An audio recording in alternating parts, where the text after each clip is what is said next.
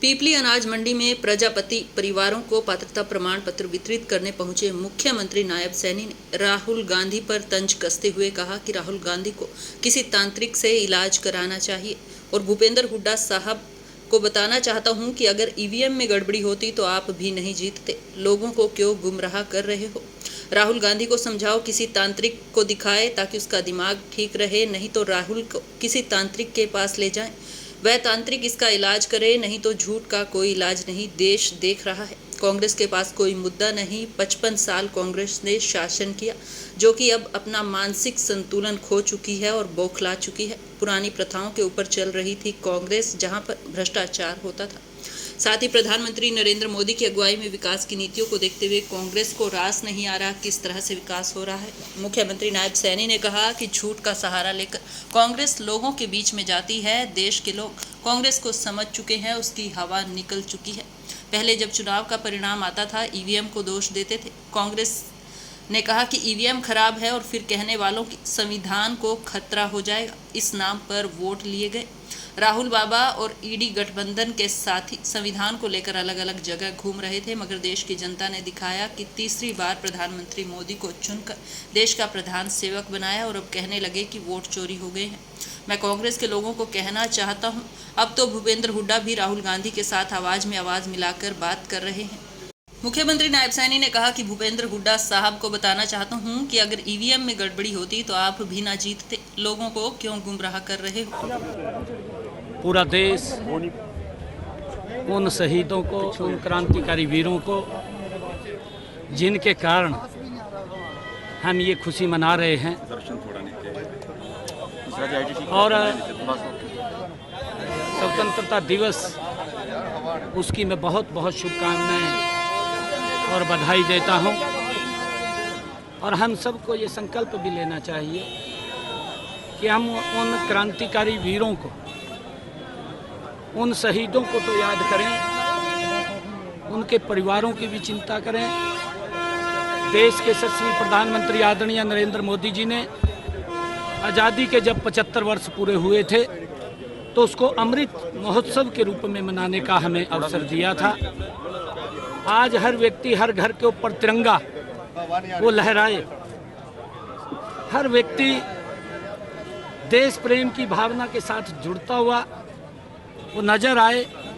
और इस महाअभियान के साथ जुड़ करके आज देश के अंदर तिरंगा यात्राएं, उन शहीदों को नमन, जिनके कारण आज हम खुली हवा में सांस ले रहे हैं, आज लोग कर रहे हैं। और मेरी अपील भी है सभी से कि आदरणीय प्रधानमंत्री जी, आदरणीय जगत प्रकाश जी नड्डा ने एक आह्वान किया है कि हम हर घर तिरंगा, हर गली, हर गांव तिरंगा वो लगे, उसका अभियान चले और उसमें अपने अपने घरों के ऊपर हम स्वयं तिरंगा लगाएं, ये अपील करता हूँ। मुख्यमंत्री विभाजन विभीषिका स्मृति दिवस मनाने का आह्वान। बिल्कुल आपने सही कहा है। आज़ादी के बाद पहली बार अगर इस पीड़ा को किसी ने समझा है, नरेंद्र मोदी जी ने उस पीड़ा को समझा है। और उन्होंने कहा है कि कुछ राजनीतिक इच्छाओं के कारण, जिनकी बहुत ज़्यादा प्रबल राजनीति को लेकर के इच्छाएं थी, उन गलतियों के कारण ये देश का बंटवारा हुआ है। और उस बंटवारे में आज़ादी से ठीक एक दिन पहले लाखों लोगों ने इस आज़ादी के दंश को भी झेला है। उनके परिवार बिछड़ गए, बेटियों के ऊपर अत्याचार हुए, बेटियों को, बच्चों को मार दिया गया। वो इस प्रकार का जो दंश था, इस प्रकार की वो जो लोगों ने पीड़ा झेली है, वो दुर्भाग्यपूर्ण है।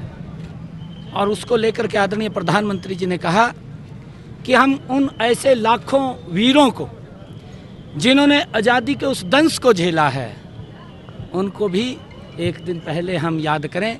विभाजन विभीषिका दिवस के अवसर पर उनको भी हम याद करें, उनको भी नमन करें कि वो लाखों लोग, बेटियां हमारी, बच्चे हमारे, और आने वाली पीढ़ियों को उसके बारे में पता लगे कि ये आज़ादी कैसे मिली है। ये आज़ादी वैसे नहीं मिली, इस आज़ादी के पीछे बड़ी कुर्बानी है। और 14 ये अगस्त को विभाजन विभीषिका दिवस के रूप में मनाते हैं। 15 तारीख को हम स्वतंत्रता दिवस का हर्षोल्लास के साथ सब इस आज़ादी का पर्व मनाते। देखिए, कांग्रेस के पास मुद्दा नहीं है। कांग्रेस फ्रस्ट्रेशन में है, बौखला चुकी है। 55 साल कांग्रेस ने शासन किया है।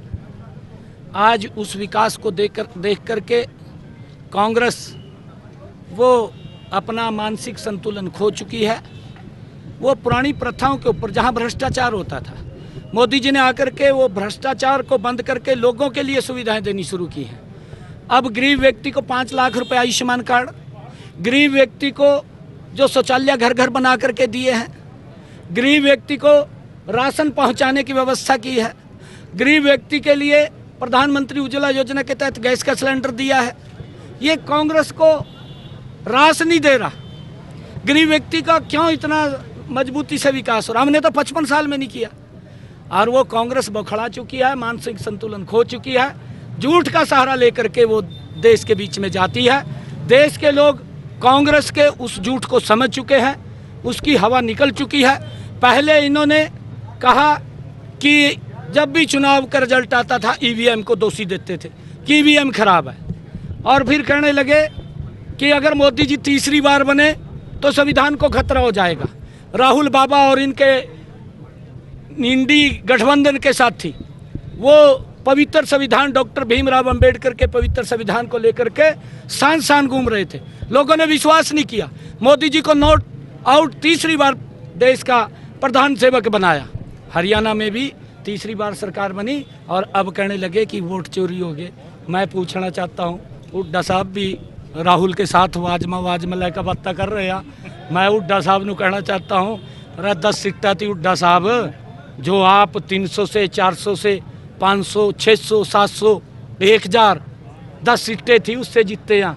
हुड्डा साहब, अगर कहीं ईवीएम में कोई गड़बड़ होती तो फिर आप जीतता नहीं थे, वो भी साफ हो जाता।